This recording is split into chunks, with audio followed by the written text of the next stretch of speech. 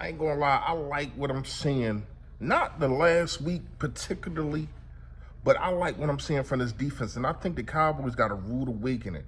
We not doing do's and don'ts yet. We gonna get to that on tomorrow, and it's gonna be a free giveaway. You already know how I do. But I do want to talk about this defense against Dak Prescott and the Dallas Cowboys. And not only that, I think Brian Johnson kind of needs a round of applause, y'all. We ain't all the way there to give him the whole round. We give him a half, we give him a moon, we give him a half of it.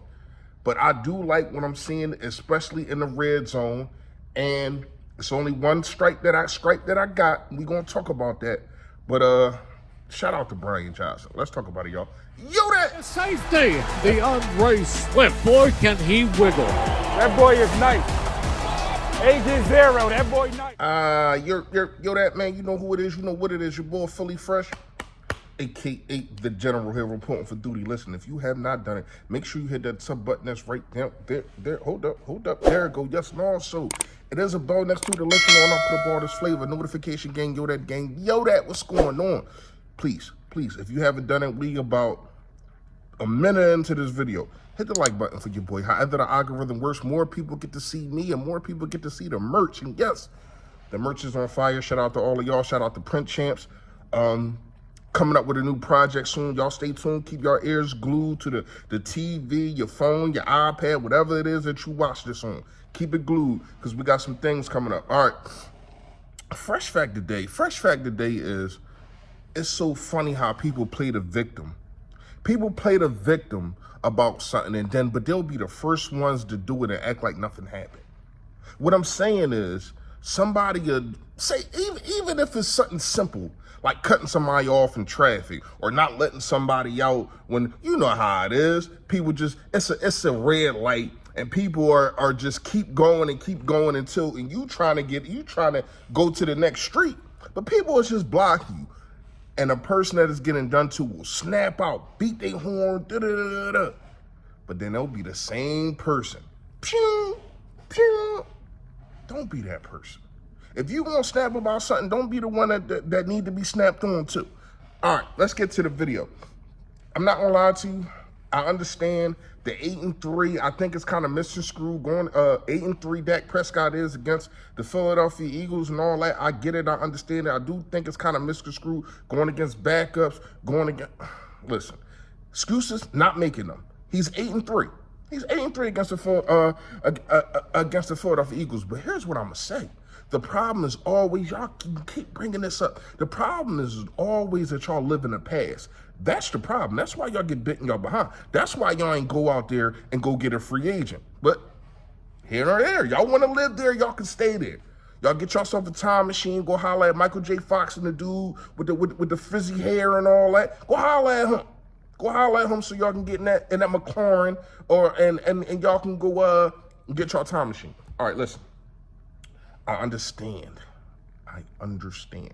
But here's what I'm going to say. I think this defense, this is not going to be the defense that you've seen against the Washington Commanders. I don't know what happened. I was at the game.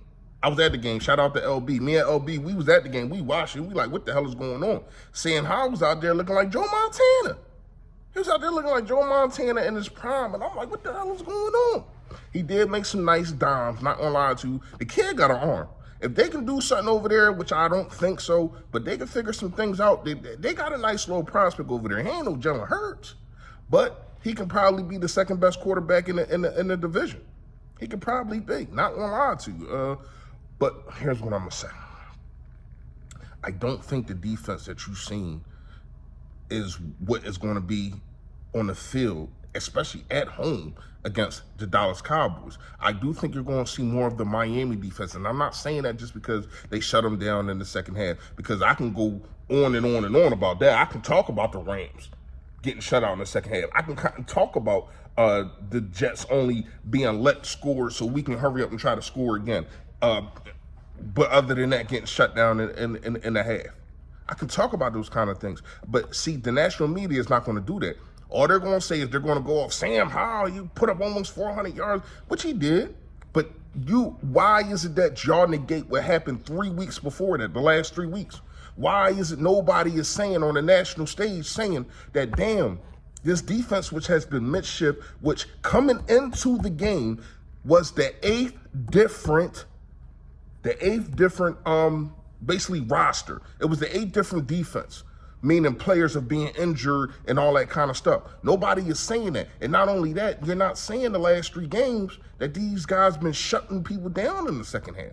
Now, I kind of thought that was going to happen game 2. Now, they did, I said game 2 last week. Now, they did kind of shut them down, but then they got a little rhythm scored, and then they went down and scored again, and it's like, damn, it's showing the side, like, what you doing? Now they got a chance if they recover all signs field goal, which I never thought was going to happen, but it is what it is. The NFL, you already know anything can happen. But here's what I'm going to say. I don't think that defense is going to be on the field. I think that they're really going to get after, because they are going to get up for this game. I don't know if I don't think that they didn't get up for the game, but it's a difference when you're going against, especially somebody that they're comparing you to. See, it's levels to this. It's like, oh, it's Washington. We just spanked them, yada, yada, yada. We should be able to breeze through this. And I'm not saying that should be your mindset, and it's probably not. But sometimes you do it and don't even know that you're doing it. It's like, man, this dude chopped liver. I got this. But when it's time to get up for somebody, when it was time to get up for Miami, when everybody was talking about, let's go through it real fast. Everybody was talking about Minnesota. Y'all ain't play nobody. It's only week 3, but we ain't play nobody. Dominated Minnesota. When it's time to the Rams, man, they looking good. They looking good in the NFC. Remember that ended all that. Y'all ain't talk about them since. Y'all ain't talk about them being irrelevant in the NFC since. Shut them down. And then Miami, the greatest offense in the world, and yada, yada, yada. Remember that? What we do? Gave them all season lows. All season lows. So, it's, I'm saying that to say this. This defense prevails, especially when people talking about them, especially when there's a question mark against them. Oh, yeah? Y'all don't think that we can do such a... And the adding of Kevin Byard is so important. We already know he got Dak Prescott number. We already know he out there dancing on the star. We already know this is what he gonna do. So to me, I think you're gonna love what you see from the defense. Not saying Dak not gonna be able to put up 2 something, but I do think you're gonna get a couple turnovers, and we're gonna go through the do's and don'ts on how I feel you're gonna beat the Dallas Cowboys. But I do want to give a quick shout out to Brian Johnson. I do think Julio Jones has a lot to do with this, and I think that when Cam Jurgens comes back, you're going to see a rejuvenated running game, and that's scary for the NFL. A rejuvenated running game with Swift, even Gainwell, and bringing Jurgens and the rest of the offensive line back together.